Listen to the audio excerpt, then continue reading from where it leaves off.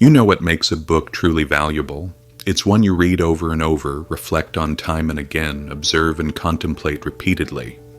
And in the end, you only need to pick out a few ideas to apply to your life. Nothing fancy required. When you read important books this way, it helps clear away your confusion. Otherwise, you just stay in this mental fog, skimming the surface while thinking you've got it all figured out. And that's exactly what ignorance looks like. So, what is ignorance? It's a lack of understanding. In its mild form, we call it unawareness. When it's severe, we're talking about foolishness or delusion. Because of our ignorance, we can't see the connections between causes and effects. We can't tell right from wrong or good from evil.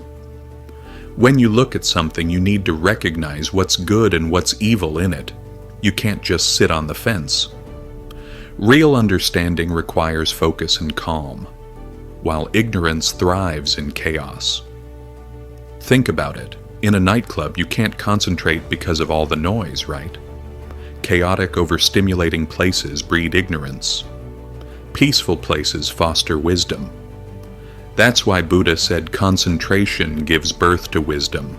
So if your family lives somewhere a bit secluded and quiet, with peaceful rooms, your kids will have an easier time studying than if you're smack in the middle of a busy marketplace. In those bustling areas, it's really tough for kids to excel in school. Let's talk about desire. This world was born from desire. Parents physically desire each other to create a child. It's not necessarily about love. When you come together physically, that's when a child enters the womb. I'll tell you later how to attract a child who's more talented than yourself. You can attract a child who's 1.5 or twice as gifted as you if you set up the right conditions beforehand. Create the right energy field, the right spiritual space. This world exists because of desire. If parents didn't desire each other, children wouldn't be conceived. That's why Buddha called this the desire realm. We call it the Saha world, which means a place where we have to endure suffering. It's right here. It involves both desire and anger. In spiritual terms, people often call this the world of dust, referring to ignorance. Think about dust. When light gets covered by dust, it doesn't shine as brightly anymore. When wisdom gets clouded by ignorance, that wisdom slowly fades. So this world was created because desire, anger, and ignorance drive everything. That's why we have concepts like basic instincts. Look at Freud's theory that sexual instinct governs life. That sexual instinct is what we call craving.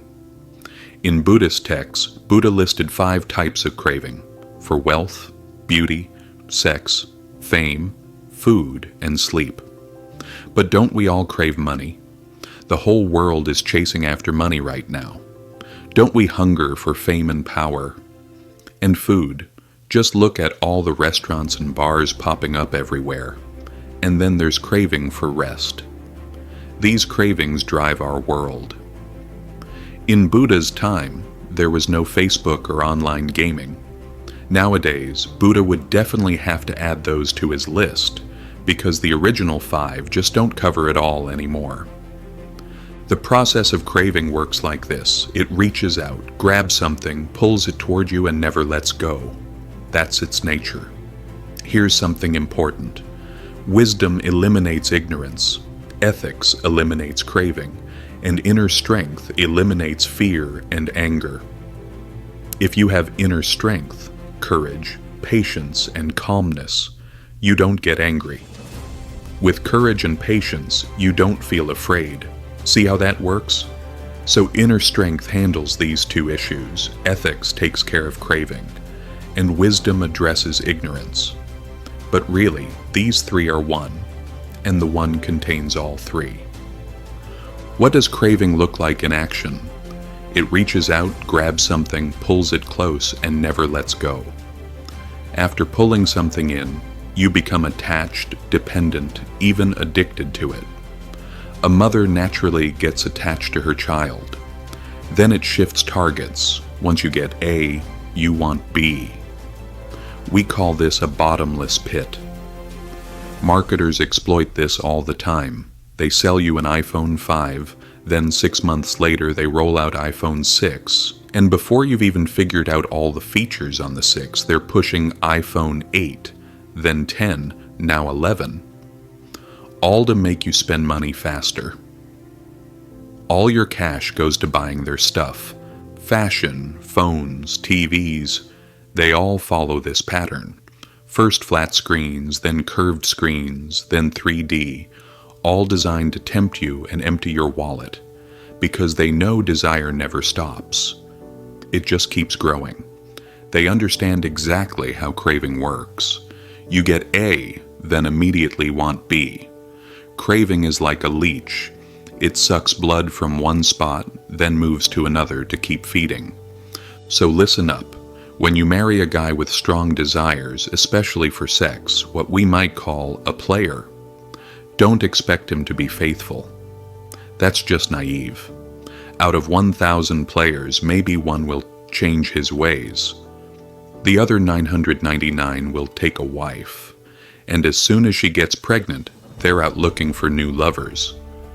Heck, even before she gets pregnant, they probably already have several girlfriends. They've got one at work, another at the coffee shop, and when they travel to another city, they pick up another. When I was still in business, I knew this Singaporean businessman who had operations all over: Saigon, Da Nang, Hong Kong, Hanoi, Singapore. He had a wife and kids in Singapore, another wife in Hong Kong, and 3 more wives in Vietnam. That's when I realized that endless desire comes from not knowing what enough means. This craving just keeps going. He's got a beautiful wife, but still goes after his secretary. So don't think that just because you're beautiful, your husband won't cheat. That's incredibly naive. Craving doesn't follow logic. It grabs whatever's available when it feels lacking. It's just like corrupt officials. Once they decide to be corrupt, they take all bribes, big or small. They won't sign your paperwork without some cash, even if everything's correct. If your documents are in order, slip them 5 or 10 million dong, and they'll sign right away. If there are issues, you'll need to give them 200 million to even consider it. Even though these officials might have billions in the bank, why do they still want your small bribe? It's pocket change to them. People don't get that craving is bottomless. It always wants more, never satisfied. Be really careful about this. Watch out for cheating husbands and corrupt officials. When France invaded Vietnam, what drove them? Was it desire, or did they claim they loved Vietnam? It was desire, pure and simple. In French textbooks, they still say they invaded Vietnam to bring civilization to our country. They're still twisting history to this day. What about mother-in-law and daughter-in-law conflicts? A mother raises her son from birth to adulthood, and when he hits his 20s and gets married, isn't she attached to him? And when a young woman meets her boyfriend and eventually moves in with his family, doesn't she cling to him? Having left her own home, she holds on to her husband saying, "He's my husband." Meanwhile, the mother says, "He's my son." There's one person caught in the middle. Mom pulls him one way, wife pulls him another, and the poor guy feels torn in two. Any man who can't handle this dynamic is guaranteed to have mother-in-law and daughter-in-law drama, all because of this attachment. I'm calling it attachment because craving sounds a bit harsh. So here's how craving progresses.